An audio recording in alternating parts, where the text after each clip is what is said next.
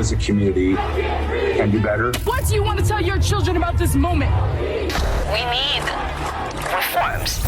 From the All Indiana Podcast Network, we stand together. Everybody's here together, black, white, brown, everybody. A platform for progress in our community. We need to do a better job. I want to show that we can be peaceful. This is just as much our fight as it is yours. Discussing the problems of racial inequality and solutions to combat discrimination in a conversation for change. We'll be able to build on this. I never in a million years thought I would embrace a cop like that. From Wish TV, we stand together. Modern day America, in some cases, still being impacted by historical norms. Some say the distinction of so-called white and black communities through redlining has trickled down, impacts today. And while the country continues fighting for social justice, where does equity in housing stand? News 8's Katira Winfrey spoke with representatives with the Westside Community Development Corporation in tonight's We Stand Together report. What can 160 years of experience teach you about the future? A lot, especially when it comes to protecting what matters. At Pacific Life, we've helped people and businesses confidently embrace the future with life insurance, retirement income, and employee benefits. With strategies built on strength and trust, and a promise to be here for you today and tomorrow. Ask a financial professional how Pacific Life can help you today. Pacific Life Insurance Company, Omaha, Nebraska, and in New York. Pacific Life and Annuity, Phoenix, Arizona. Hallville, Hawthorne, Stringtown make up the near West Side, and for roughly 7,000 Hoosiers, this is home.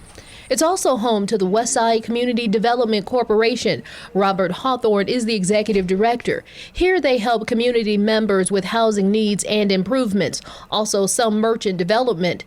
For the many here considered low income, Hawthorne says they are fighting against the system stacked against them, making sustained and adequate housing sometimes hard to find. He says the work to change that is constant. Redlining has basically created a generational problem. We have families who have worked hard 3 or 4 generations ago to build a home and to own a home. And then to be placed in a situation where you have gentrification come in. Those things continue to plague communities, the urban flight piece, that circular movement of economics from the inner city to the suburbs, and then from the suburbs now back to the inner city. All those things are hinged upon how much a family actually earns and how much their net worth has continued to increase over time. And when you prevent families from having an opportunity at home ownership, which is the biggest wealth building piece that a family can have, what you have done is you have permanently pushed that person and family to an underclass. And you put them in a situation where they continue to struggle, not just for that family, but for generations to come. How does what you all do combat that? I know you work with improving living, improving housing, educating people on what to do. How does your work kind of fight against gentrification? I think we probably have a threefold effect. I think the first piece is really having the community and neighborhood associations understand the value that they have here, and get people to understand that where you live at is a great place to live. Now, we don't have that problem with a lot of the long-term residents, but people who are just moving here or who think Hallville has the highest crime rate in the city, which it does not. But everybody believes that, so it's just trying to convince people that this is a great place to live. But the piece that we affect directly is identifying homes within the area that need assistance, either as a vacant lot to build new homes, or as a rehabilitation of a vacant house. And for us, we spend a lot of time assisting individuals in their homes so that we can put a new roof on or put new siding on or things like that so they can stay in their homes. Because what happens with gentrification is once a new house gets built or a higher income individual comes in, it sets a new standard. And the standard that was here that we've been living with and growing on for the last 30 years is no longer the standard to be reckoned with. So what happens is these people These individuals are then pressed on by Health and Hospital for different code violations. They don't have the money to fix up their homes. Don't have the money to put a new roof on the house and things of that nature. So we assist with those types of things in order to keep them in the unit. The other piece is education, is recognizing that no, there's value here. And if you own property here, this property is going to go up in value.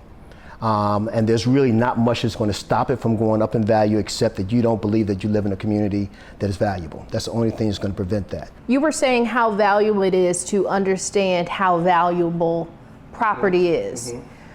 I don't know if that's always included in the conversation about equity, about fighting for just due, about things like that. So while we're fighting for all of these things, let's not forget about fighting for our communities when it comes to pushing against gentrification, pushing or learning about home ownership, property ownership, just the value in knowing that too.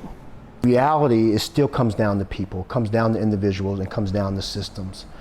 And the systems that we have continue to perpetuate inequity, continue to go against an individual who is for the first time looking for a home, and they have to walk into a mortgage company who sees them first as a black person and last as a viable candidate for a mortgage. And until we as a country can begin to recognize the value of people and understand that there has been a great injustice played and that continues to get played to this day since the early 30s, we're going to be at a loss of actually providing equity in the community. But the only thing that's really going to begin to change that is the rules. And as long as the rules stay the same, and as long as the people who are making the rules do not value equity, we're going to continue to have issues and continue to have problems. If you'd like to see this or any of the other in-depth stories in our We Stand Together series, just head to our website. Yeah, you can find our website, wishtv.com. From Wish TV, we stand together. Watch, read, listen, and be a part of the conversation online at wishtv.com and when you follow Wish TV on Facebook. Find more episodes of We Stand Together and other podcasts from Wish TV online anytime at allindianapodcastnetwork.com. allindianapodcastnetwork.com.